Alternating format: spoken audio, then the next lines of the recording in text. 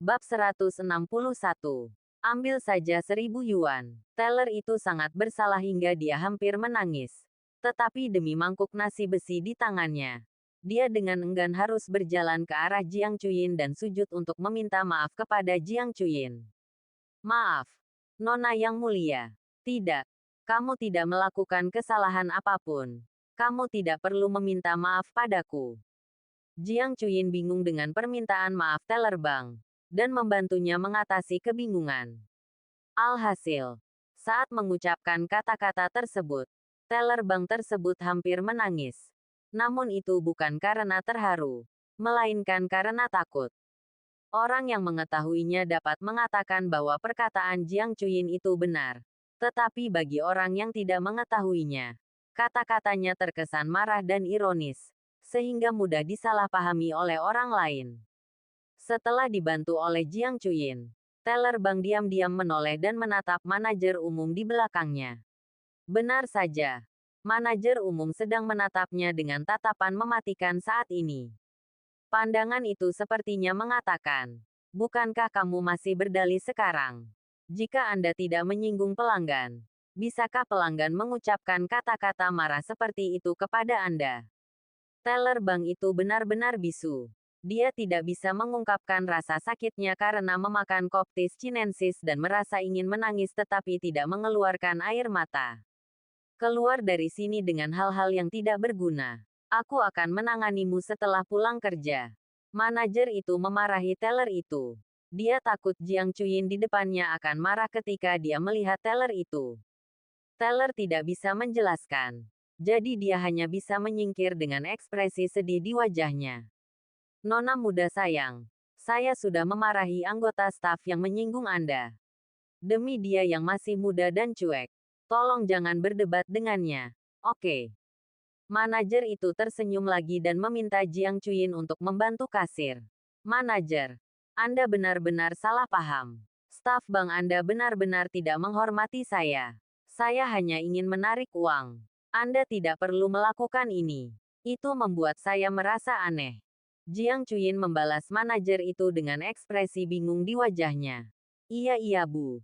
Yang coba Bapak ajarkan adalah saya salah paham. Nona sayang, mau tarik uangnya berapa? Kalau terlalu banyak, saya harus telepon general manajer bank kita untuk lapor. Tolong beri kami waktu untuk mengumpulkan uang. Manajer tidak berani membantah perkataan Jiang Chuyin dan hanya bisa mengikuti keinginan Jiang Chuyin. Namun kata-kata manajer itu membuat Jiang Chuyin semakin bingung. Saya baru saja menarik lebih dari 6.000 yuan.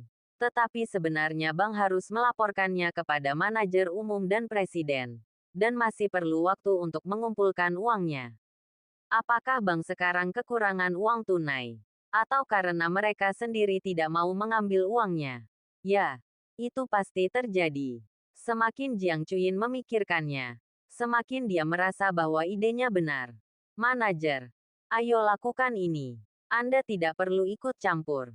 Saya akan menarik 1.000 yuan untuk keadaan darurat.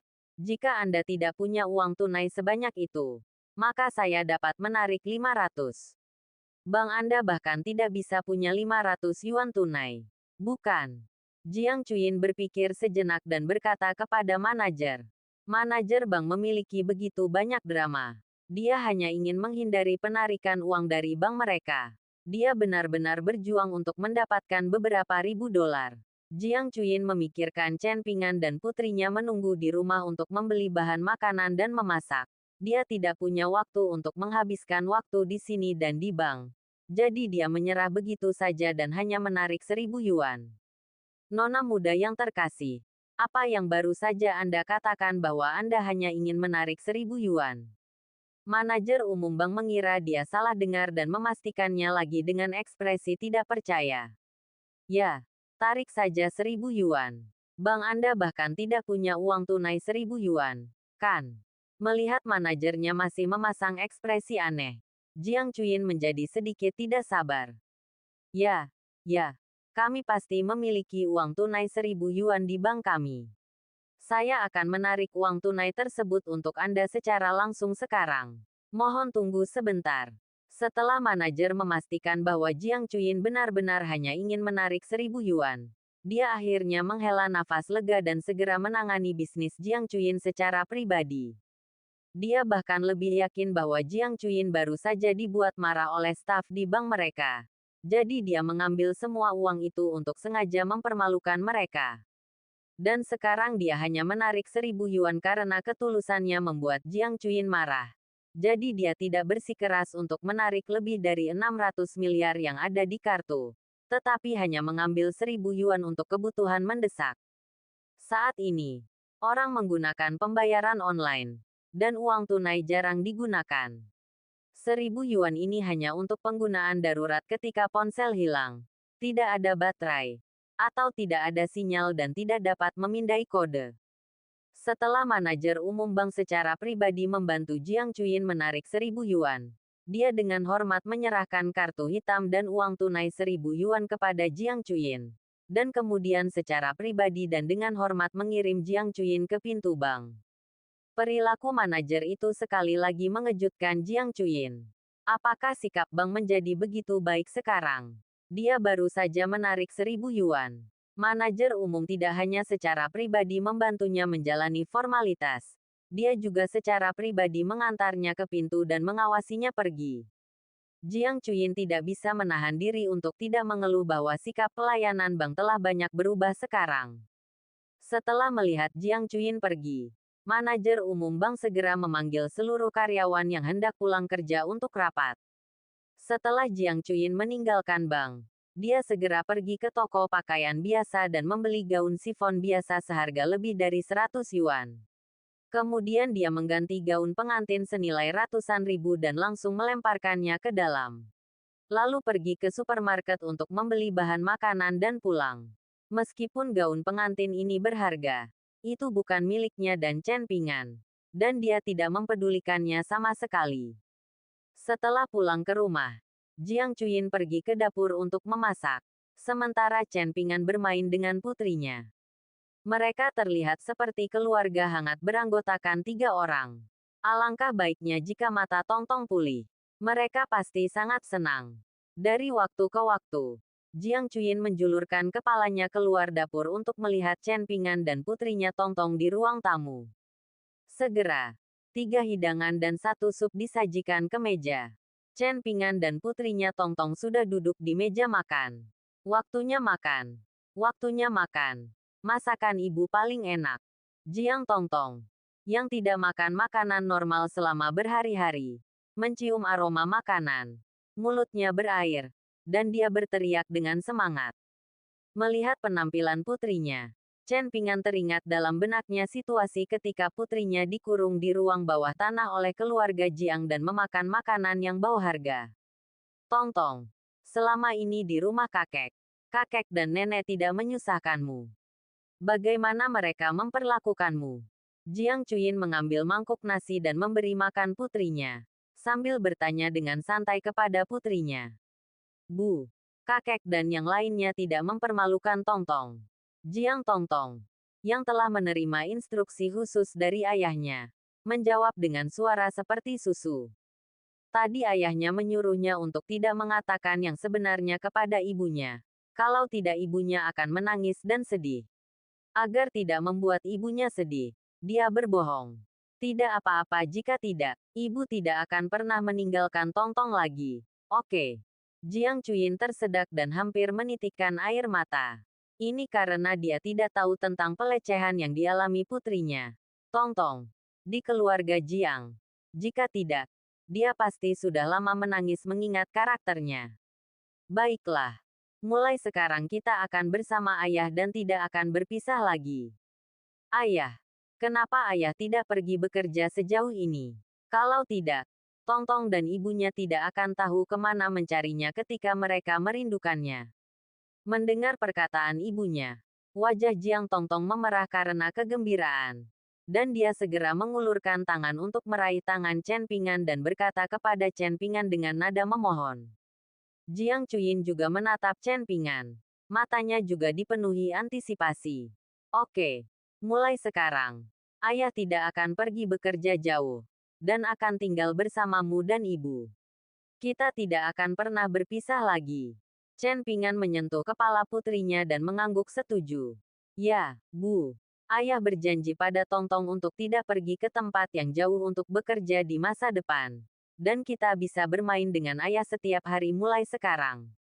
Jiang Tongtong mendapat respon positif dari ayahnya dan begitu bersemangat hingga hampir terjatuh dari kursinya. Lihat dirimu. Kamu bahkan tidak bisa bertahan hidup setelah makan. Duduklah lebih erat. Setelah Jiang Chuyin membantu putrinya, dia mendidiknya dengan nada mencela. Setelah mendidik putrinya, dia tanpa sadar mengangkat kepalanya dan diam-diam melirik ke arah Chen Pingan. Dan menemukan bahwa Chen Pingan telah menatapnya. Matanya yang berapi-api membuatnya merasa tidak nyaman. Dan perasaan malu muncul di hatinya. Datang dan beri makan Tongtong. Aku kenyang dan aku akan keluar mencari pekerjaan. Setelah Jiang Chuyin selesai berbicara, dia mendorong mangkuk dan sumpit putrinya ke depan Chen Pingan, bangkit dan berlari keluar. Dia tidak bisa terbiasa dengan mata berapi-api Chen Pingan untuk sementara waktu. Apakah kamu kenyang sekarang? Chen Pingan bingung. Dia ingat Jiang Chuyin sepertinya tidak makan sedikit pun. Bukan. Saat dia sadar, Jiang Chuyin sudah keluar. Bab 163 Akulah Raja Barat Daya yang kamu tunggu-tunggu. Setelah Jiang Chuyin pergi, Chen Pingan memberi makan putrinya sesuai dengan instruksi Jiang Chuyin. Setelah kenyang, Chen Pingan membujuk putrinya untuk tidur siang. Setelah putrinya tertidur, Chen Pingan menelepon Wu Tiande. Tolong beritahu keluarga Sun dan minta seluruh keluarga mereka menunggu saya di rumah. Saya ada urusan dengan keluarga Sun. Selain itu, Anda akan memberikan setiap anggota-anggota keluarga Sun menyiapkan uang tunai 100.000 yuan. Saya akan tiba di rumah Sun dalam waktu setengah jam. Ya, bos. Setelah menutup telepon, Chen Pingan meletakkan putrinya yang sedang tidur di tempat tidur dan menusuk titik tidurnya dengan jarum emas untuk membuatnya tidur lebih nyenyak agar tidak bangun sebelum dia kembali. Chen Pingan saat ini bukan lagi Chen Pingan 5 tahun lalu. Dia telah banyak berubah dalam beberapa tahun terakhir. Dia tidak lagi naif dan baik hati. Sekarang dia harus membalas dendam. Jika keluarga Sun berani menyakitinya, Chen Pingan, jika Anda adalah anak yang aman, kembalikan 2 kali lipat jumlahnya. Setelah keluar, Chen Pingan memanggil taksi dan menuju ke rumah Sun. Saat ini, semua orang di keluarga Sun telah menerima pemberitahuan dari Wu Tiande. Dan mereka tahu bahwa Raja Barat Daya, yang baru saja menyatukan pasukan bawah tanah di 3 provinsi Barat Daya, akan datang ke rumah mereka secara langsung untuk mendiskusikan bisnis dengan keluarga Sun, keluarga Matahari. Meskipun agak aneh mengapa Raja Barat Daya ingin seluruh keluarga mereka menunggu di rumah. Ketika saya memikirkan fakta bahwa Raja Barat Daya baru-baru ini menyatukan pasukan bawah tanah di 3 provinsi Barat Daya. Kekuatannya mendekati 3 provinsi Barat Daya, keluarga teratas, keluarga Liang, keluarga Zhu dan keluarga Lu. Bahkan keluarga Liang dan keluarga Zhu lebih rendah di hadapan Raja Barat Daya. Hanya keluarga Lu yang bisa mengalahkan Raja Barat Daya karena mereka memiliki keluarga kaya raya di ibu kota kekaisaran sebagai pendukung mereka. Selain itu, dikatakan bahwa pil kecantikan dan kecantikan serta pil kesehatan Pei Yuan yang baru-baru ini muncul di masyarakat kelas atas di 3 provinsi Barat Daya diciptakan oleh Raja Barat Daya. Efeknya luar biasa, terutama pil kesehatan Pei Yuan. Laki-laki hanya perlu meminum 1 pil untuk mendapatkan kembali kejayaannya. Pasar gelap telah dijual seharga 100.000 yuan per pil. Namun pil tersebut masih sangat berharga dan sulit ditemukan. Keluarga Sun mereka memiliki banyak pabrik farmasi dan kosmetik besar yang mengkhususkan diri dalam memproduksi produk perawatan kesehatan dan kosmetik untuk keluarga Lu. Mungkinkah Raja Barat Daya juga tertarik dengan kemampuan produksi pabrik farmasi keluarga Sun mereka dan ingin bekerja sama dengan mereka? Keluarga Sun memproduksi produk semacam ini. Pil kesehatan saja tidak cukup. Memikirkan hal ini, keluarga Sun merasa bersemangat. Setelah menerima telepon Wu Tiande, mereka segera membawa seluruh keluarga ke pintu untuk menunggu kedatangan Raja Barat Daya. Jika Raja Barat Daya benar-benar bekerja sama dengan keluarga Sun untuk memproduksi pil kesehatan Pei Yuan ini, maka keluarga Sun pasti bisa mendapatkan bagian dari pil kesehatan populer ini dan menghasilkan banyak uang. Tuan Wu, kapan Raja Barat Daya akan tiba? Bisakah Anda memberitahu kami kerja sama seperti apa yang akan didiskusikan Raja Barat Daya saat dia datang ke keluarga Sun kita kali ini? Sun Quan, kepala keluarga Sun, dan seluruh keluarganya menemani Wu Tiande yang tiba di keluarga Sun membawa sekotak uang tunai dan berdiri di depan gerbang menunggu kedatangan Raja Barat Daya. Jangan khawatir sekarang, kamu akan tahu kapan bosku tiba. Wu Tiande berkata dengan penuh arti. Semua orang di keluarga Sun hanya bisa menunggu dengan sabar. Lebih dari 20 menit kemudian, sebuah taksi berhenti di depan rumah Sun mereka. Mengapa taksi berhenti di sini? Mobil khusus Southwest King akan segera tiba. Apa yang harus saya lakukan jika taksi itu menghalangi mobil khusus dari Southwest King? Nak, pergi dan bawa taksi itu pergi, kata kepala keluarga Sun dengan marah. Putra tertua keluarga Sun melangkah maju untuk mengusir mereka tanpa mengucapkan sepatah kata pun.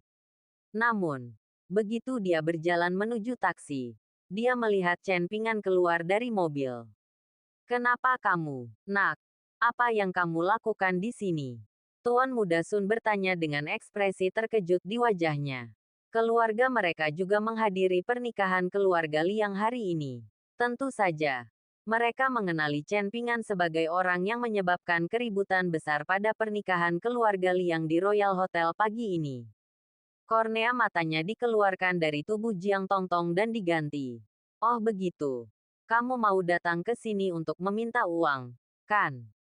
Kornea mata putri Anda dijual kepada saya seharga 100.000 yuan sepasang. Keluarga Sun telah memberikan uang tersebut kepada keluarga Jiang. Jika Anda ingin uang, pergilah ke keluarga Jiang. Jangan hentikan kami menunggu tamu terhormat kami di sini. Tuan Muda Sun mengira Chen Pingan datang ke keluarga Sun untuk meminta penjelasan atau uang. Jadi dia mengusir Chen Pingan dengan kasar. Tamu terhormat yang kamu tunggu adalah Raja Barat Daya, kan? Chen Pingan mengabaikan pengusiran Sun dan melambai kepada pengemudi untuk pergi. Lalu berbalik dan bertanya pada Sun sambil setengah tersenyum. Jadi apa? Akulah Raja Barat Daya yang kamu tunggu-tunggu. Chen Pingan tiba-tiba menyela, menyebabkan Tuan Sun menelan kembali kata-kata yang sampai ke tenggorokannya. Dia memandang Chen Pingan dengan tidak percaya, mengira dia salah dengar. Bab 164 menegosiasikan kesepakatan. Apa yang baru saja kamu katakan? Katakan lagi. Tuan Muda Sun memandang Chen Pingan dari atas ke bawah. Meskipun Chen Pingan di depannya bukan lagi gambaran rompi dan sandal ketika dia membuat keributan besar tentang pernikahan keluarga Liang di Royal Hotel di pagi hari. Dia tahu sekilas dia mengenakan pakaian yang dicuci putih. Dia telah berada di sini selama beberapa tahun. Tapi dia tidak terlihat seperti Raja Barat Daya yang bisa diikuti oleh 3 Raja Iblis dari 3 provinsi Barat Daya pada saat yang bersamaan. Aku bilang aku Raja Barat Daya. Apakah kamu mendengarku dengan jelas? Kata-kata Chen Pingan membuat Tuan Sun tertawa terbahak-bahak. Wu Tiande yang berdiri tak jauh dari situ tidak melakukan tindakan apapun tanpa perintah Chen Pingan. Kepala keluarga Sun yang berdiri di samping Wu Tiande melihat bahwa putranya masih tertarik untuk berbicara bebas dengan orang lain. Dan dia sangat marah sehingga dia juga memimpin anggota keluarga Sun lainnya ke depan. Kamu bajingan. Aku memintamu untuk maju dan mengusir orang. Bagaimana kamu bisa mengobrol dengan pecundang ini entah dari mana? Patriark Sun memarahi putranya dengan ekspresi tidak senang di wajahnya. Ayah, aku mengikuti instruksimu untuk mengusir orang. Tapi orang ini bilang dia adalah Raja Barat Daya yang kita tunggu. Tidakkah menurutmu itu lucu? Tuan Muda Sun menjelaskan kepada ayahnya dengan tatapan sedih. Apakah dia Raja Barat Daya? Kepala keluarga Sun juga tertegun sejenak ketika mendengar perkataan putranya, dan menatap Chen Pingan dari atas ke bawah dengan keterkejutan yang sama. Tidak hanya ayah dan anak tersebut terlihat terkejut, namun seluruh keluarga Sun mereka juga memiliki ekspresi yang sama. Hahaha. Nak, Raja Barat Daya adalah raja pasukan bawah tanah di 3 provinsi di Barat Daya Tiongkok. Dia sangat kuat, bahkan 3 raja jahat yang kejam dan ditakuti semua orang harus menyerah padanya. Kamu sangat berani bahwa kamu berani berpura-pura menjadi Raja Barat Daya. Apakah kamu lelah hidup? Sayangnya, aku harus memberitahumu bahwa ada rekan dekat Raja Barat Daya di belakangku. Jika kamu berani berpura-pura menjadi Raja Selatan baru, kamu akan mati hari ini. Aku hanya bisa menyalahkanmu atas kesialanmu. Jadilah lebih pintar di kehidupan selanjutnya dan jangan melakukan hal bodoh seperti itu lagi. Kepala keluarga Sun juga sekilas mengenali Chen Ping'an sebagai orang yang membuat keributan besar di pernikahan keluarga Liang pagi ini. Namun seperti putranya, ia juga mengira Chen Ping'an berpura-pura menjadi Raja Barat Daya. Jadi dia tertawa keras lalu mencibir sambil mencibir. Setelah mengatakan itu, mereka melihat ke arah Wu Tiande di belakang mereka. Keluarga mereka sudah bisa membayangkan pemandangan di benak mereka ketika Wu Tiande melihat seseorang yang berpura-pura menjadi Ratu Barat Daya dan dengan marah melangkah maju untuk mencabik-cabik Chen Ping'an hidup-hidup. Namun yang mengejutkan mereka adalah Wu Tiande tetap berdiri di sana setelah mendengar percakapan mereka, tanpa ekspresi di wajahnya. Saat ini, Chen Ping'an berbicara lagi. Saudara Angkor, kemarilah dan perkenalkan saya kepada mereka. Chen Ping'an melambai ke Wu Tiande dan berkata. Wu Tiande segera berlari ke depan dan mendatangi Chen Ping'an. Tidak perlu perkenalan Wu Tiande saat ini. Mereka juga percaya bahwa Chen Ping'an di depan mereka adalah Raja Barat Daya paling populer di 3 provinsi Barat Daya baru-baru ini. Kalau tidak, Wu Tiande tidak akan terlalu mendengarkannya. Meskipun Wu Tiande baru saja mengambil alih posisi Raja Iblis Teror Besar dan tidak bergengsi seperti Raja Iblis Besar Wu Shengji generasi sebelumnya, dia tidak dapat dikendalikan olehnya, siapapun. Semua orang di keluarga Sun menoleh untuk melihat Chen Ping'an dengan kaget. Itu tidak benar. Jika pihak lain adalah Raja Barat Daya, dan Kornea putrinya diambil paksa oleh keluarga Sun, dia tidak boleh datang untuk membahas kerjasama dengan keluarga Sun. Tuan Sun, izinkan saya memperkenalkan kepada Anda. Orang di depan Anda adalah bos saya, Chen Ping'an, Raja Pasukan Bawah Tanah di 3 provinsi Barat Daya. Saat semua orang di keluarga Sun bingung, kata-kata Wu Tiande membuat mereka putus asa. Dia benar-benar Raja Barat Daya. Karena pihak lain adalah Raja Barat Daya, mengapa dia datang ke keluarga Sun untuk membahas kerjasama? Ngomong-ngomong, seharusnya pil kecantikan dan pil kesehatan Pei Yuan menjadi begitu populer akhir-akhir ini. Mereka sangat perlu mencari produsen yang kuat untuk bekerja sama dengan mereka-mereka. Raja Barat Daya pasti berusaha mencari uang dan tidak mempermasalahkan Kornea putrinya yang diambil paksa oleh keluarga Sun. Benar saja. Mereka yang mencapai hal-hal besar tidak terpaku pada hal-hal sepele. Memikirkan hal ini, kepala keluarga Sun tersenyum dan mengulurkan tangannya ke Chen Ping'an. Ternyata Raja Barat Daya ada di sini. Dan itu benar-benar membuat rumah sederhana itu bersinar. Kepala keluarga Sun menyambut Chen Ping'an dengan senyuman di wajahnya. Tidak perlu berjabat tangan. Alasan utama saya datang ke sini hari ini adalah untuk menegosiasikan kesepakatan dengan keluarga Sun Anda. Tindakan Chen Ping'an membuat kepala keluarga Sun terlihat sedikit jelek. Namun dengan identitasnya sebagai Raja Barat Daya, dia tidak berani melakukan kesalahan dan hanya bisa menelan ketidakbahagiaan di hatinya. Saya ingin tahu bisnis apa yang ingin Anda diskusikan dengan keluarga Sun kami, Raja Southwest. Kepala keluarga Sun menarik tangannya karena malu. Meskipun dia sudah yakin bahwa Chen Ping'an datang ke keluarga Sun untuk membantu memproduksi pil kesehatan Pei Yuan, Chen Ping'an belum mengatakannya dengan jelas diminta. Saya di sini untuk membeli kornea mata keluarga Sun Anda hari ini. Sepasang harganya 100.000 yuan. Saya ingin semua kornea mata semua orang di keluarga Sun Anda hari ini. Chen Ping'an melirik semua orang di keluarga Sun dan berkata perlahan. Lalu melirik Wu Tiande di sampingnya. Ekspresi bahagia di wajah semua orang di keluarga Sun tiba-tiba membeku. Mengira mereka salah dengar. Bab 165 Anda menentukan sendiri harganya. Wu Tiande di samping mengabaikan reaksi semua orang di keluarga Sun dan segera membuka koper di tangannya, memperlihatkan uang tunai dan uang kertas di dalamnya.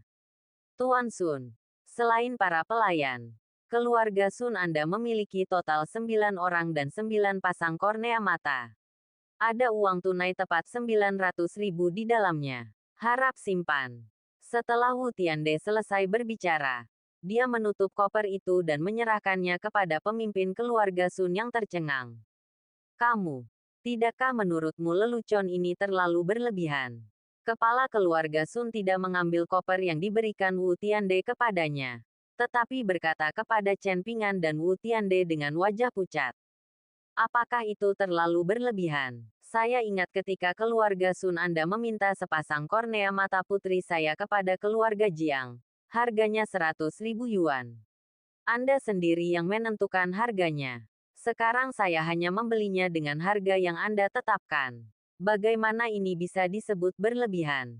Chen Pingan masih mempertahankan ekspresi setengah tersenyumnya dan menjawab dengan tenang kepada pemimpin keluarga Sun. Anda, keluarga Sunku adalah anak perusahaan dari keluarga Lu. Bahkan jika kamu adalah Raja Barat Daya, kamu harus berpikir hati-hati untuk menyentuh keluarga Sunku, bukan? Ketika kepala keluarga Sun menyebut keluarga Lu, kepercayaan dirinya mulai meningkat lagi.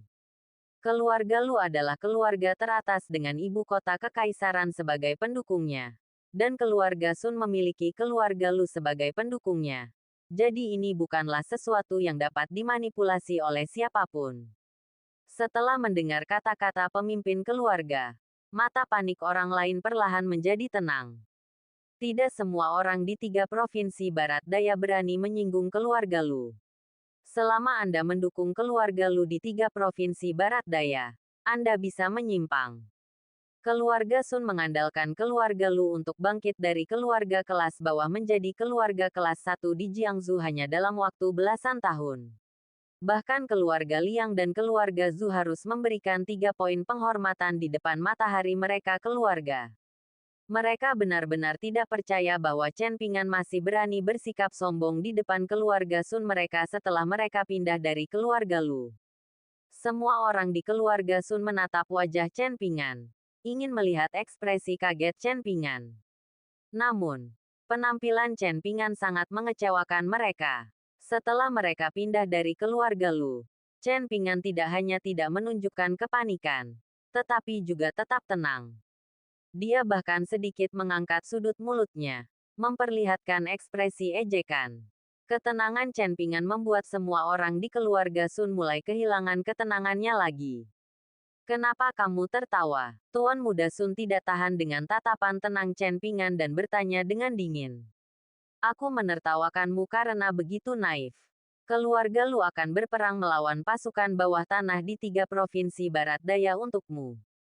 Bahkan jika keluarga Lu menghargai cinta dan keadilan dan bersedia membela keluarga Sunmu, menurutmu apakah aku akan takut pada keluarga Lu-nya? Hehe, Chen Pingan memandang semua orang di keluarga Sun dengan ekspresi idiot di wajahnya dan berkata. Lalu dia mengedipkan mata ke Wu Tiande. Wu Tiande melambaikan tangannya. Dan puluhan orang segera maju dan secara paksa mengendalikan semua orang di keluarga Sun. Para pelayan keluarga Sun ketakutan dan melarikan diri saat melihat pemandangan ini. Apa yang akan kamu lakukan? Keluarga Sun kami adalah anak perusahaan dari keluarga Lu. Beraninya kamu menyentuh sehelai rambut pun dari keluarga Sun kami. Petik 2. Keluarga Sun berjuang dalam ketakutan. Dan beberapa orang yang pemalu begitu ketakutan hingga mengompol. Jangan khawatir. Keterampilan medisku cukup bagus. Setelah aku membantumu mengeluarkan kornea, kamu bisa pergi ke keluarga Lu untuk meminta bantuan. Dan saya akan memberi Anda sedikit kejutan. Bahkan jika Anda ingin mentransplantasikan kornea orang lain di masa depan, Anda tidak akan dapat mentransplantasikannya. Dan Anda akan menghabiskan seluruh hidup Anda dalam kegelapan. Setelah Chen Pingan selesai berbicara, dia mengenakan sarung tangan putih dan menyuruh orang menyeret anggota keluarga Sun yang ketakutan kembali ke villa keluarga Sun. Tidak lama kemudian, 9 jeritan menyedihkan terdengar dari villa keluarga Sun.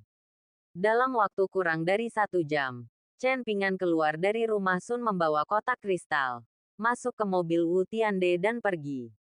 Di dalam kotak kristal ini terdapat kornea putrinya Jiang Tongtong yang diambil paksa oleh keluarga Sun. Setelah Chen Ping'an dan yang lainnya pergi, villa keluarga Sun menjadi sunyi. Tetapi fakta bahwa keluarga Sun dibutakan karena mereka menyinggung keluarga Raja Barat Daya menyapu seluruh kota Jiangsu seperti tornado dan menyebar dengan cepat ke 3 provinsi Barat Daya. Kelas atas di Barat Daya semuanya terkejut. Raja Barat Daya membuat keributan setelah dia berkuasa. Keluarga Sun adalah anak perusahaan dari keluarga Lu. Apakah dia mencoba menantang keluarga Lu? Raja Barat Daya ini terlalu ceroboh. Dia hanyalah orang bodoh. Keluarga Lu telah beroperasi di Jiangsu selama beberapa dekade, dan memiliki keluarga kaya raya di ibu kota kekaisaran sebagai pendukungnya kekuatan bawah tanah di 3 provinsi Barat Daya sebelum integrasi selesai. Terburu-buru menyinggung keluarga paling berkuasa di 3 provinsi Barat Daya hanyalah bermain api. Banyak orang berspekulasi bahwa Raja Barat Daya yang baru dinobatkan akan dibunuh oleh keluarga Lu dalam waktu 3 bulan dan akan menjadi lelucon di kalangan pasukan bawah tanah di Barat Daya. Bab 166 Menangis Jiang Chuyin. Setelah Chen Ping'an meninggalkan rumah Sun, dia memeriksa bahwa hari masih pagi dan pergi membeli beberapa set pakaian dan kebutuhan sehari-hari untuk putrinya dan Jiang Chuyin. Lalu membeli sayuran dia bergegas pulang. Kembali ke komunitas. Saya mendengar seorang wanita menangis begitu saya keluar dari lift. Sekilas, Jiang Chuyin, yang mengatakan dia sedang mencari pekerjaan pada siang hari, telah kembali pada suatu saat. Dia bahkan tidak memasuki rumah tetapi berjongkok di depan pintu, membenamkan kepalanya di lutut dan menyeka air mata dengan sedih. Adegan ini mengejutkan Chen Ping'an dan dia dengan cepat melangkah maju. Hatsune, ada apa denganmu? Kenapa kamu tidak masuk dan menangis di sini ketika kamu sampai di rumah? Siapa yang mengganggumu? Chen Ping'an meletakkan apa yang dia pegang, berjongkok di depan Jiang Chuyin dan bertanya dengan cemas. Jiang Chuyin segera berhenti menangis ketika dia mendengar suara itu, dan menyeka semua air mata dari wajah dan matanya dengan tangannya. Tidak ada seorang pun menggangguku. Mata Jiang Chuyin mengelak. Tidak berani menjawab pertanyaan Chen Ping'an secara langsung. Apakah kamu baru saja kembali ke keluarga Jiang untuk mendapatkan sesuatu dan diintimidasi oleh keluarga Jiang? Aku akan ke rumah Jiang sekarang. Aku ingin binatang-binatang ini berlutut di depanmu dan meminta maaf padamu. Bagaimana Chen Ping'an bisa mempercayai kata-kata Jiang Chuyin? Setelah mengatakan itu, dia berdiri dan mencari masalah dengan keluarga Jiang. Senior, bukan keluarga Jiang yang menindasku. Jadi jangan pergi. Melihat Chen Ping'an begitu impulsif, Jiang Chuyin segera berdiri dan meraih Chen Ping'an untuk mencegahnya pergi. Ketika dia memikirkannya, jika Chen Ping'an pergi ke keluarga Jiang sendirian, dia tidak hanya tidak akan dapat menimbulkan masalah bagi keluarga Jiang, dia bahkan akan dipermalukan oleh keluarga Jiang. Kalau begitu beritahu aku apa yang terjadi. Jika tidak ada yang salah, kenapa kamu menangis di sini? Chen Ping'an memanfaatkan kesempatan itu untuk bertanya lagi pada Jiang Chuyin. Saya baru saja pergi mencari pekerjaan. Tetapi tidak ada perusahaan di kota Jiangsu yang berani mempekerjakan saya. Mereka semua mengatakan bahwa saya telah menyinggung keluarga Liang. Keluarga Liang telah mengumumkan pada siang hari bahwa jika ada yang berani mempekerjakan kami, hanya dengan melawan keluarga Liang, tidak ada seorang pun di seluruh kota Jiangsu yang berani mempekerjakan kita. Saya khawatir saya tidak akan memiliki pekerjaan atau penghasilan di masa depan. Dan Tongtong bahkan tidak akan bisa makan bersama kami. Saya khawatir. Baru kemudian Jiang Chuyin memberitahu Chen Ping'an alasan mengapa dia berjongkok di depan pintu rumahnya sambil menangis.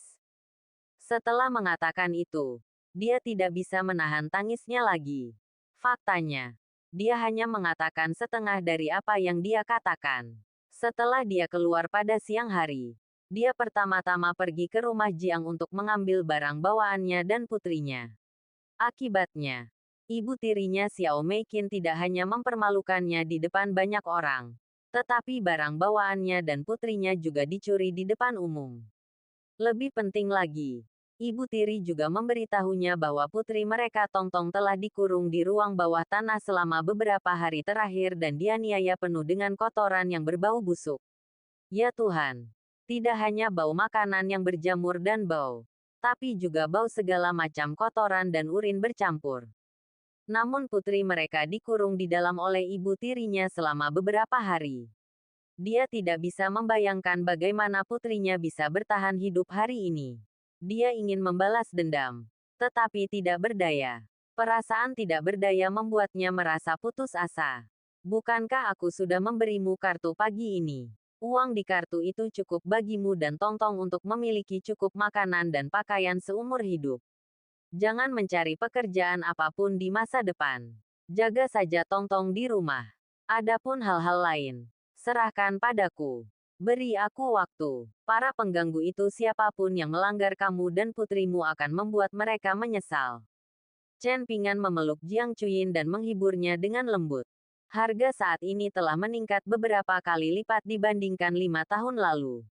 Menurut harga saat ini, dengan lebih dari 6.000 yuan di kartu Anda, kami tidak dapat bertahan selama 2 atau 3 bulan meskipun kami hidup hemat. Jiang Chuyin mengira Chen Pingan baru saja keluar dan tidak mengetahui harga saat ini. Dia mengira lebih dari 6.000 yuan di kartunya itu banyak. Jadi dia mengertakkan gigi dan berkata kepada Chen Pingan. Jika 5 tahun yang lalu, lebih dari 6.000 yuan ini memang merupakan jumlah uang yang sangat besar. Jika Anda lebih hemat, Anda seharusnya bisa membelanjakannya selama setengah tahun. Tetapi sekarang tidak lagi 5 tahun yang lalu. Apakah kamu yakin kartu yang kuberikan padamu hanya berisi lebih dari 6.000 yuan? Chen Pingan bingung dengan kata-kata Jiang Chuyin dan bertanya dengan ragu-ragu. Kartunya jelas bernilai 100 miliar dolar AS, yang setara dengan lebih dari 600 miliar RMB dia sudah. Ya, hari ini saya membawa kartu Anda ke bank untuk menarik uang. Staf bank memberitahu saya bahwa Anda memiliki lebih dari 6.000 yuan di kartu ini, dan sikap layanan bank sangat baik. Saya baru saja menarik 1.000 yuan. Bank General Manager tidak hanya menerima saya secara langsung, tetapi juga mengantar saya ke pintu setelah menarik uang dan melihat saya pergi. Yang sama sekali tidak sesuai dengan arogansi staf bank yang dilaporkan secara online. Ngomong-ngomong, saya dengar biaya perjalanan yang dibayar oleh penjara biasanya hanya 1 atau 2.000 yuan. Kenapa Anda punya lebih dari 6.000 yuan di kartu Anda? Apakah Anda dibayar di kam kerja paksa? Jiang Chuyin memberitahu Chen Pingan tentang sambutan tingkat tinggi yang dia temui di bank hari ini, dan kemudian bertanya dengan ekspresi bingung di wajahnya.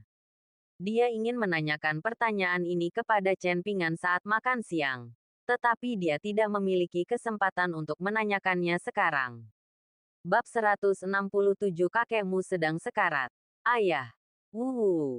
Tepat ketika Chen Pingan hendak memberitahu Jiang Chuyin bahwa ada lebih dari 600 miliar di kartu itu, dia mendengar tangisan putrinya Jiang Tongtong datang dari dalam rumah. Tongtong pasti sudah bangun dan tidak menemukan kita menangis. Ayo cepat masuk ke dalam rumah. Chen Pingan tidak punya pilihan selain mengesampingkan masalah kartu bank, menarik Jiang Chuyin, dan pulang dengan barang-barang yang baru saja dibelinya. Hal yang sama berlaku untuk Jiang Chuyin. Ketika dia mendengar tangisan putrinya, dia melupakan segalanya dan langsung pergi ke kamar tidur setelah memasuki pintu. Tongtong, ayah dan ibu ada di sini. Jangan takut. Jiang Chuyin memeluk putrinya erat-erat dan menghiburnya. Saya tidak dapat menemukan ayah saya ketika saya bangun. Saya pikir dia tidak menginginkan kami lagi. Meskipun Jiang Tongtong berhenti menangis setelah dipeluk ibunya, nada tangisnya masih terdengar saat berbicara. Bocah bodoh. Kamu adalah kekasih ayah. Kenapa ayah tidak menginginkan kamu dan ibu lagi? Ayah baru saja keluar untuk membelikanmu rok baru dan membuang-buang waktu berbelanja bahan makanan. Chen Pingan, yang berdiri di samping, dengan cepat menjelaskan. Apakah gaun yang dibelikan ayah untuk Tongtong cantik? Ketika dia mendengar ayahnya membelikannya rok baru, Tongtong segera menyeka air matanya dan bertanya dengan ekspresi terkejut di wajahnya. Ayah, keluarkan dan taruh di Tongtong dan lihat. Chen Pingan tiba-tiba berhenti berbicara di tengah kata-katanya. Dia melihat kembali ke putrinya Tongtong dan menemukan bahwa Tongtong, yang awalnya bersemangat untuk mendapatkan baju baru, kini memiliki ekspresi sedih di wajahnya. Jiang Chuyin juga menatap tajam ke arah Chen Pingan. Tatapan itu sepertinya mengatakan, Anda tahu bahwa mata putri Anda tidak dapat melihat. Tetapi Anda tetap mengucapkan kata-kata seperti itu untuk menghidupkan kembali masa lalu sedih putri Anda. Tapi setelah memelototi Chen Pingan, Jiang Chuyin juga memasang ekspresi menyalahkan diri sendiri di wajahnya. Kebutaan putrinya sepenuhnya menjadi tanggung jawabnya. Hal itu disebabkan oleh kegagalannya dalam melindungi putrinya. Tongtong, jangan berkecil hati.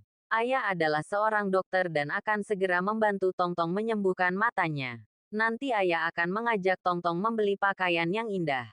Ayo beli apapun yang disukai Tongtong. Oke. Chen Pingan memikirkan kornea mata yang baru saja dia bawa dari rumah Sun. Senyuman muncul lagi di wajahnya dan dia menghibur putrinya. Dalam 2 hari terakhir, dia membantu putrinya memulihkan matanya dan memberinya kejutan besar di hari ulang tahun Jiang Chuyin yang tinggal beberapa hari lagi. Namun kata-katanya membuat Jiang Chuyin merasa lebih sedih. Bu, benarkah ayah bilang dia akan menyembuhkan mata Tongtong? Kata-kata Tongtong membuat Jiang Chuyin tidak yakin bagaimana menjawabnya untuk beberapa saat. Meskipun Chen Pingan adalah seorang dokter, kornea putrinya telah dilepas terlalu lama dan seluruh rongga mata telah menyusut. Bahkan jika dia memiliki kornea yang cocok, tidak mungkin pulih kecuali dokter ajaib datang. Putri saya awalnya bersekolah di taman kanak-kanak, tetapi anak-anak di taman kanak-kanak tidak menyukainya karena buta. Bukan saja mereka tidak akur dengannya, beberapa anak dengan bimbingan belajar yang buruk juga menyebutnya buta dan bahkan memukulinya serta menindasnya. Anak-anak itu para orang tuanya beberapa kali bernegosiasi. Namun orang tua tersebut selalu melalaikan tanggung jawab dengan alasan anak-anaknya masih kecil dan belum dewasa. Agar putrinya tidak dibuli dan ditertawakan oleh orang lain, dia langsung mengambil kembali anak tersebut dan mengajarinya sendiri daripada pergi ke taman kanak-kanak. Melihat wajah kecil putrinya yang memerah karena kegembiraan setelah mendengarkan perkataan ayahnya, dia benar-benar tidak tega untuk mengatakan yang sebenarnya kepada putrinya. Itu bisa membuat putrinya bahagia untuk sementara waktu. Dia menekan kesedihannya dan mengangguk kepada putrinya. Ya, ayahmu adalah seorang dokter. Dan dia juga seorang dokter yang sangat sakti. Dia pasti punya cara untuk menyembuhkan mata Tongtong. Setelah menerima jawaban tegas dari ibunya, Jiang Tongtong akhirnya mempercayainya dan menari dengan gembira. Ya, ayah Tongtong adalah seorang dokter. Setelah ayah membantu Tongtong menyembuhkan matanya, Tongtong akan bisa melihat. Dia juga bisa pergi berbelanja, pergi ke taman kanak-kanak, dan bermain-main dengan banyak sekali anak. Reaksi putrinya membuat Jiang Chuyin semakin merasa tidak nyaman. Saat ini, ponsel Jiang Chuyin berdering di tasnya. Dia menggendong putrinya dengan satu tangan dan mengeluarkan ponselnya untuk menjawab panggilan. Kenapa kamu masih meneleponku? Sudah kubilang aku telah memutuskan hubungan dengan keluarga Jiangmu. Aku tidak akan terlibat dalam urusan keluarga Jiangmu di masa depan. Setelah menjawab telepon, Jiang Chuyin berkata dengan dingin. Kakekmu sedang sekarat. Dia ingin bertemu denganmu dan Tongtong untuk terakhir kalinya. Setelah hening beberapa saat, suara rumit seorang pria terdengar dari ujung telepon yang lain. Bab 168 Kembalilah jika kamu mau. Chen Pingan tahu bahwa suara di ujung telepon itu adalah ayah Jiang Chuyin, Jiang Sunli. Saya tahu. Jiang Chuyin terdiam oleh kata-kata ayahnya. Setelah beberapa saat, dia menjawab, lalu menutup telepon. Kamu ingin kembali. Melihat mata Jiang Chuyin yang rumit, Chen Pingan berjalan mendekat dan mengambil putrinya dari tangan Jiang Chuyin dan bertanya. Kakek saya sangat menyayangi saya ketika saya masih kecil. Dan ayah saya juga baik kepada saya dan ibu saya. Setelah kakek saya jatuh sakit dan terbaring di tempat tidur, keluarga saya mengalami krisis. Agar keluarga Jiang dapat bertahan hidup itu krisis. Ayah saya menceraikan ibu saya dan menikahi ibu tiri saya. Sialan, dengan bantuan keluarga ibu tiri saya, Xiao, kami berhasil melewati krisis itu. Sejak itu, ibu tiri saya menjadi status terpisah di keluarga Jiang kepadanya dalam segala hal. Dia tidak hanya menjadi acuh tak acuh terhadap saya dan ibu saya. Dia bahkan tidak lagi memberi saya biaya hidup apapun. Ibu saya sakit-sakitan. Sejak itu, hidup saya dan ibu menjadi sangat sulit. Sekarang kakek saya, yang telah terbaring di tempat tidur selama bertahun-tahun, tidak dapat bertahan lagi. Saya harus kembali dan menemuinya. Tapi aku khawatir ibu tiriku tidak mengizinkanku masuk. Jiang Chuyin dengan singkat memberitahu Chen Pingan tentang situasinya dengan keluarga Jiang. Karena kakekmu sangat baik padamu, kamu harus kembali dan memberinya tumpangan. Lagi pula, aku seorang dokter. Jika kita kembali bersama Tongtong, mungkin kita bisa menyelamatkan kakekmu.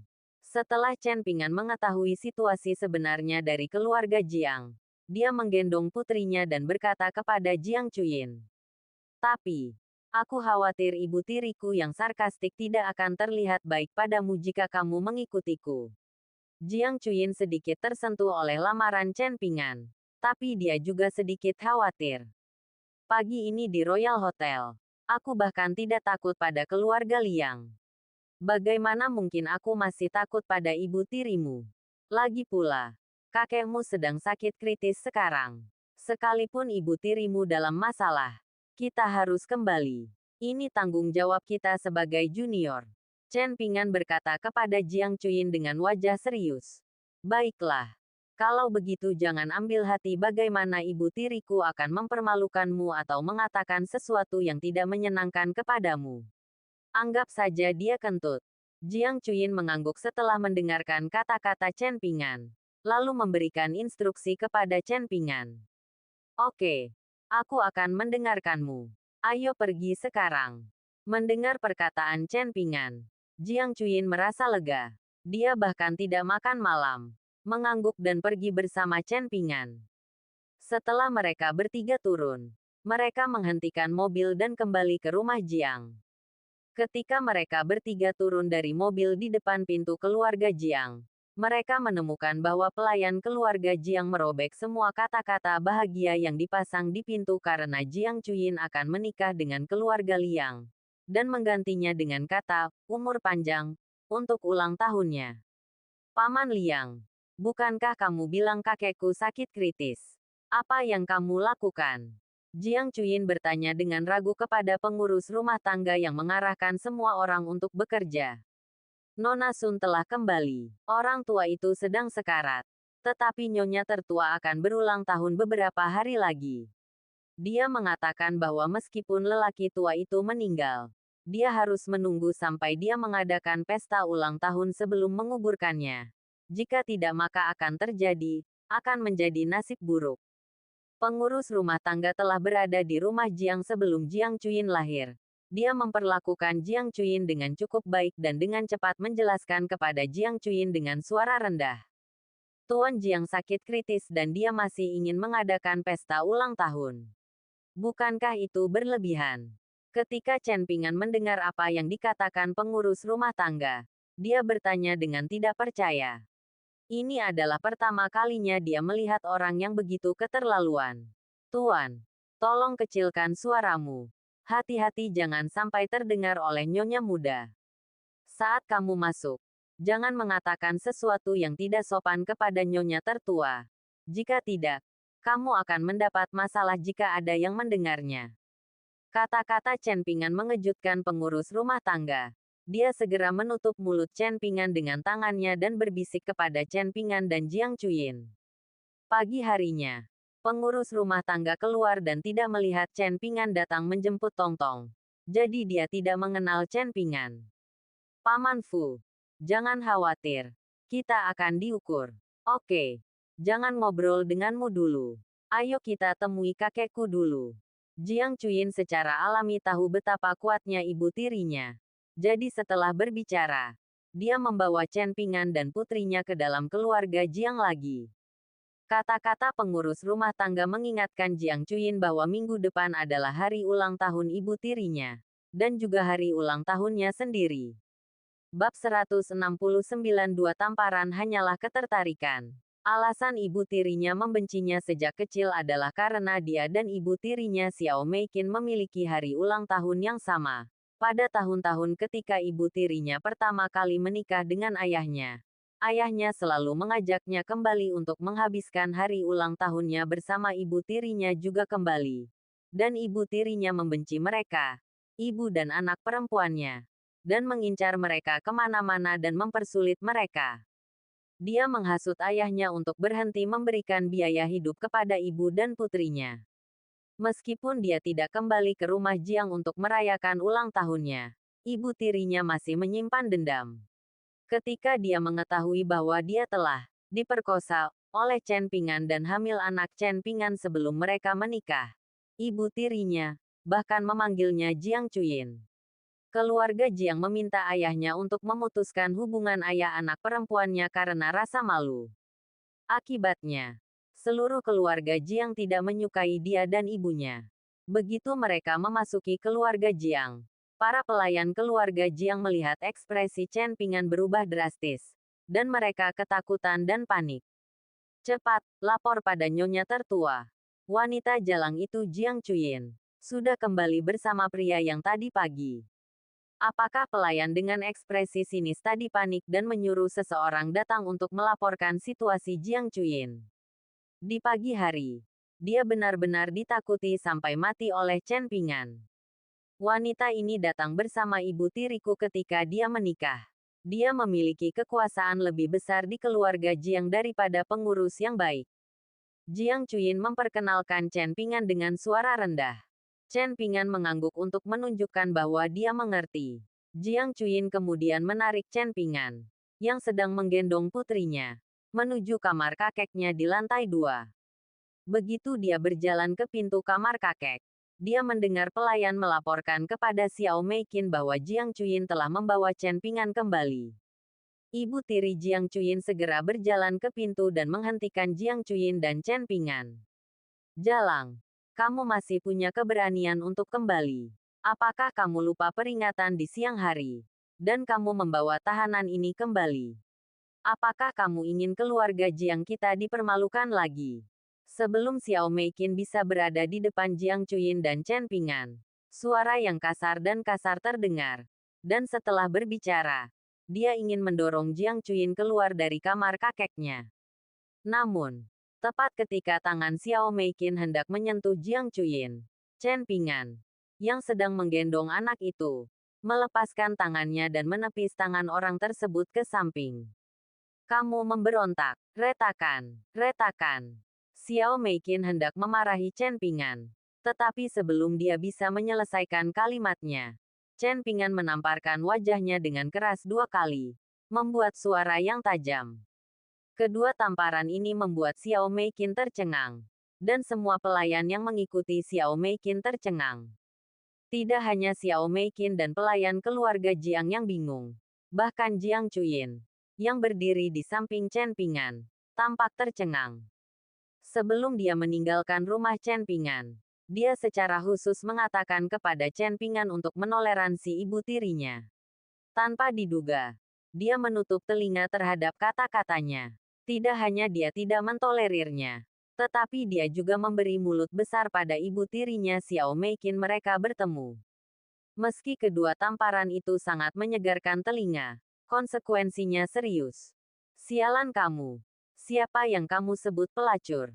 Jaga kebersihan mulutmu, atau aku tidak keberatan merobeknya untukmu.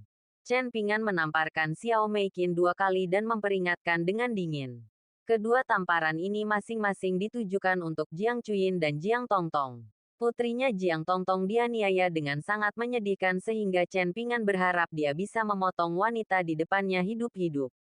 Jika dia tidak takut Jiang Chuyin akan sedih dan menyalahkan dirinya sendiri setelah mengetahui apa yang terjadi pada putrinya. dia akan membunuh wanita ini sekarang. Namun, keputusan Chen Pingan untuk tidak membunuhnya sekarang tidak berarti dia akan membiarkannya pergi. Dia akan membuatnya menjalani hidup yang lebih buruk dari kematian dan penyesalan karena datang ke dunia ini. Jiang Chuyin dengan cepat menarik Chen Pingan. Tindakan Jiang Chuyin juga membuat ibu tirinya Xiao Meiqin kembali ke dunia nyata. Xiao Meiqin segera menunjuk ke arah Chen Pingan dan Jiang Chuyin dan berteriak kepada para pelayan di belakangnya. Beraninya kamu. Berani memukulku. Siapa yang menyuruh perempuan jalang sialan ini untuk kembali? Dan membawa kembali orang barbar seperti itu. Maju. Melihat betapa galaknya Chen Pingan, Xiao Meiqin tidak berani lagi membentak Chen Pingan dan melampiaskan amarahnya kepada pelayan itu. Para pelayan yang mengikutinya menggelengkan kepala untuk mengungkapkan ketidaktahuan mereka. Aku memanggil mereka untuk kembali. Orang tua itu ingin bertemu dia dan Tongtong untuk yang terakhir kalinya. Biarkan mereka masuk. Tepat ketika Xiao Meiqin hendak terus marah, suara ayah Jiang Chuyin, Jiang Sunli, datang dari kamar lelaki tua itu. Bab 170 Saya bisa memperpanjang hidupnya selama 5 tahun. Xiao Meiqin mendengar bahwa ayah Jiang Chuyin lah yang memanggil Jiang Chuyin untuk kembali. Dia berbalik dan menatap ayah Jiang Chuyin, lalu dengan enggan memberi jalan kepadanya. Chen Pingan dan Jiang Chuyin masuk ke kamar sambil menggendong putri mereka. Begitu dia masuk ke kamar Tuan Jiang, bau aneh menusuk hidungnya. Meskipun tidak bau seperti ruang bawah tanah tempat tinggal Jiang Tongtong sebelumnya, bau itu masih bisa dirasakan begitu dia memasuki pintu. Satu pandangan mengungkapkan bahwa Jiang terbaring di tempat tidur dan tidak mampu mengurus dirinya sendiri untuk waktu yang lama. Di sebagian besar keluarga, laki-laki memimpin bagian luar dan perempuan memimpin bagian dalam. Ini jelas merupakan kelalaian tugas Xiao Meiqin. Mengingat keluarga Jiang memiliki pembantu dan dapat membuat kamar lelaki tua itu berbau sangat busuk, tidak sulit untuk menilai bahwa Xiao Meiqin sengaja mempersulit lelaki tua itu dengan tidak membiarkan para pelayan membersihkan dan menindas Tuan Jiang agar mengambil merawat dirinya sendiri. Namun, Jiang Chuyin dan Chen Pingan tidak punya waktu untuk meminta pertanggungjawaban Xiao Meiqin sekarang, tetapi dengan cepat datang ke samping tempat tidur Jiang. Selain ayah Jiang Chuyin, saudara tiri Jiang juga sedang bermain-main dengan ponselnya di samping. Tidak memperhatikan kedatangan Jiang Chuyin, Chen Pingan dan lainnya dia sudah kurus, dan matanya cekung dan menatap langit-langit, seolah-olah dia telah menghabiskan seluruh vitalitasnya dan mungkin meninggalkan dunia ini kapan saja. Kakek, Jiang Chuyin berlutut di samping tempat tidur dengan sedih dan berseru dengan air mata berlinang. Suara ini membuat mata kusam Tuan Jiang yang tadinya menatap langit-langit perlahan sadar kembali. Dia menoleh untuk melihat Jiang Chuyin dengan susah payah, dan kemudian mengulurkan tangan kerangkanya dengan gemetar. Jiang Chuyin segera mengulurkan tangan dan meraih tangan kakeknya. Tuan Jiang ingin mengatakan sesuatu, dan dia membuka mulutnya sedikit beberapa kali, seolah-olah dia memiliki jutaan kata untuk diucapkan. Tetapi dia tidak dapat mengucapkan sepatah kata pun meskipun seluruh kekuatannya. Melihat raut wajah kakeknya yang meronta-ronta, Jiang Chuyin teringat saat ia masih kecil. Air mata kakeknya tidak bisa lagi ditahan dan terus berjatuhan seperti mutiara yang pecah. Chen Pingan melangkah maju dan memeluk bahu Jiang Chuyin, diam-diam menghiburnya. Senior, tolong selamatkan kakekku. Jiang Chuyin teringat bahwa Chen Pingan adalah seorang dokter, dan segera berbalik dan memohon pada Chen Pingan. Bangunlah dulu. Aku akan memeriksa denyut nadinya. Chen Pingan mengangguk dan setuju. Jiang Chuyin dengan patuh menyingkir dan menyerahkan posisinya kepada Chen Pingan. Chen Pingan meraih pergelangan tangan Jiang dan merasakan denyut nadinya dengan serius. Setelah beberapa menit, Chen Pingan menggelengkan kepalanya. Tindakannya yang menggelengkan kepala langsung membuat hati Jiang Chuyin tenggelam ke dasar, dan sedikit harapan di hatinya pun hancur. Ibunya baru saja meninggal, dan jenazahnya masih di rumah duka. Sekarang kakeknya akan pergi lagi, dan dia tidak bisa menerima kematian kerabatnya satu demi satu. Xiao Meiqin, yang berdiri di belakang dan menyaksikan semua ini dengan mata dingin. Diam-diam merasa senang. Meskipun lelaki tua itu telah terbaring di tempat tidur selama bertahun-tahun, dia hampir memiliki keputusan akhir dalam keluarga Jiang. Tetapi Tuan Jiang adalah kepala keluarga Jiang. Selama Tuan Jiang masih hidup, dia akan selalu merasakannya. Seseorang di keluarga Jiang menekannya dan membuatnya khawatir tentang segalanya.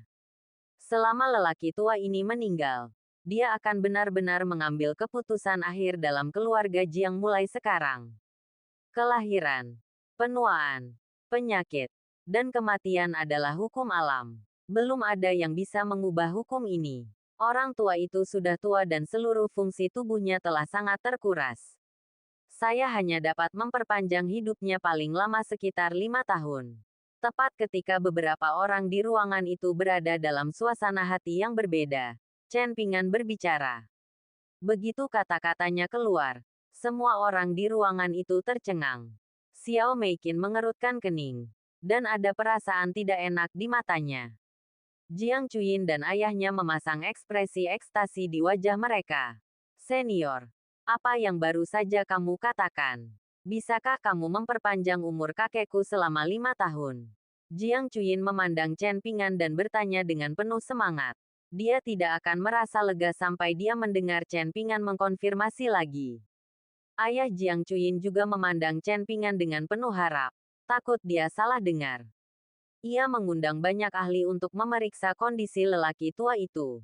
Tanpa terkecuali, semua ahli menggelengkan kepala dan meminta mereka mempersiapkan pemakaman. Meski hanya bisa bertahan 5 tahun, dia sudah puas. Yah, berapa lama itu akan bertahan? Harus menunggu sampai aku memberinya perawatan untuk melihat efek spesifiknya. Tapi aku berjanji tidak akan kurang dari 3 tahun.